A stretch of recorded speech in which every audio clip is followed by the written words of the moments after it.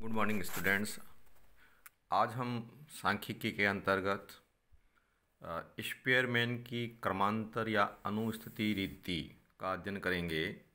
विद्यार्थियों, जैसा कि हमने कॉल पियर्सन कोरिलेशन पढ़ा, जिसके अंतर्गत हमने अध्ययन किया कि किस प्रकार दो श्रेणियों के बीच आपस में पॉजिटिव रिलेशन है या नेगेटिव रिलेशन है, कितना पॉजिटिव है कितना नेगेटिव है, यह अध्ययन हमने कॉल पियर्सन के जो कोरिलेशन कोफिशिएंट के द्वारा किया।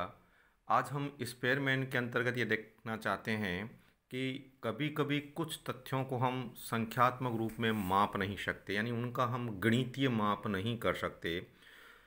उनके स्थान पर निश्चित क्रम हम उनको दे सकते हैं, जैसे बुद्धिमानी, ईमानदारी, स्वास्थ्य, सुंदरता, कुशलता, करैक्टर, एबिलिटी, योग्यता। ये कुछ ऐसे घटक होते हैं जिनका हम एग्जैक्ट जो है वो सांख्यिकीय या गणितीय उनका माप नहीं हो सकता, उन्हें केवल क्रम या रैंक दी जा सकती है। तो जब इनका संख्यात्मक आंकलन नहीं हो पाता है, तो ऐसी स्थिति में उनको हम क्रम दे करके इन दो श्रेणियों के बीच हम जो है वो सहसंबंध देख सकते हैं। तो पद मूल्यों के आकार के अनुसार उनकी अनुस्थिति निश्चित कर ली जाती है।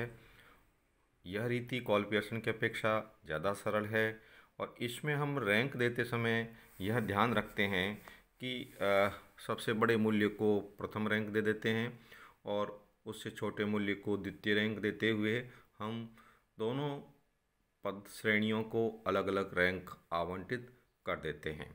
तत्पश्चात हम एक्स श्रेणी के रैंक में से वाई श्रेणी के रैंक को घटा देते हैं।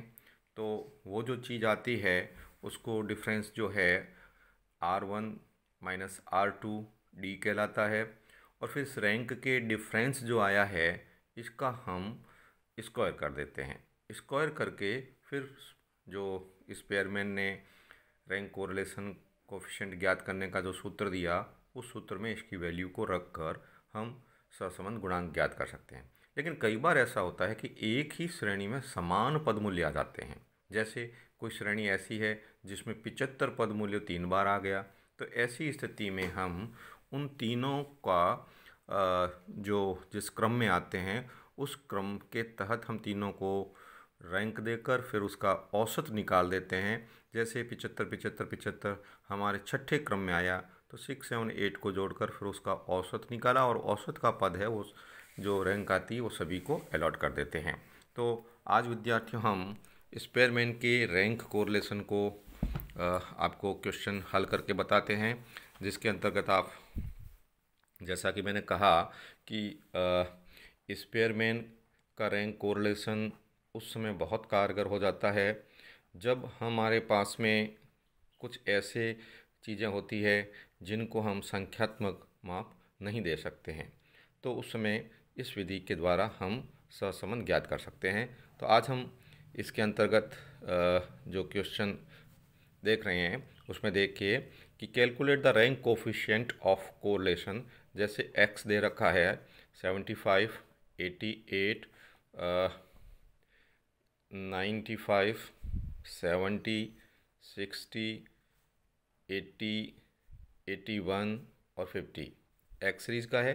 इसी प्रकार वाई सीरीज़ का दे रखा है 120, 134, 150, 115, 110, 140, 142 और 100।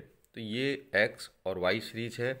इन श्रेणी दो सीरीज़ दे रखी है और इससे हमें स्पेयरमैन का कोफिशिएंट ऑफ कोरिलेशन ज्ञात करना है। तो अब हम यहाँ सॉल्यूशन के रूप में इसको सॉल्व करके बता देते हैं आपको कि जैसे हमने ये लिख दिया एक्स श्रेणी के पद मूल्य 75, 88, 95, 70, 60, 80, 81 और 50, यानी 1 2 3 4 5 6 7 8 n बराबर आपका 8।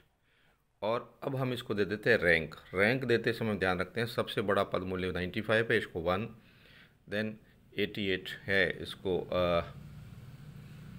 2, उसके बाद में तीसरे नंबर पर आता है 81 3, फिर 80 को 4 नंबर रैंक दी, फिर उसके बाद में 75 को 5 नंबर रैंक दी, देन आफ्टर 70 को 6 नंबर पर, 60 को 7 रैंक मिली और 50 को 8 रैंक मिली। तो ये एक्स श्रेणी के सभी पद मूल्यों को हमने रैंक दे दी। बड़े पद मूल्यों को पहली रैंक और फिर घटते क्रम में हम उसकी रैंक देते गए।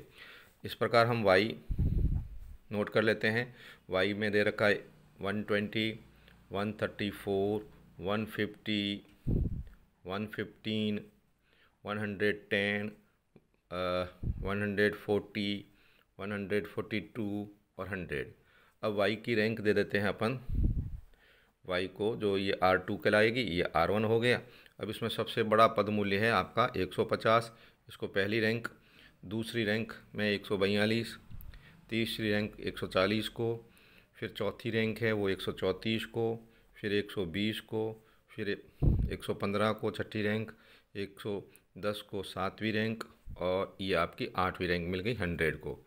अब अगले में हम R1 यानी जो रैंक है X की, उसमें से रैंक Y की जो है दी है उसको घटा देंगे, जो हमारा D कहलाता है। तो 5 में से 5 गए 0, फिर 2 में से 4 गए माइनस के 2, इस प्रकार 0 0 0, फिर है 4 में से 1 1 और 0।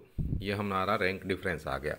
अब हम रैंक डिफरेंस का स्क्वायर कर लेते हैं। तो 0 का स्क्वायर 0, 2 का स्क्वायर 4, फिर 0 0 0 1 1 0 और इसका जो योग होगा समेशन डी स्क्वायर हो गया 6। अब आपको कोरिलेशन कोफिशिएंट जो स्पेयरमैन का है उसका जो फॉर्मूला है वह है R बराबर 1 minus 6 summation D square divided by n into n square minus 1।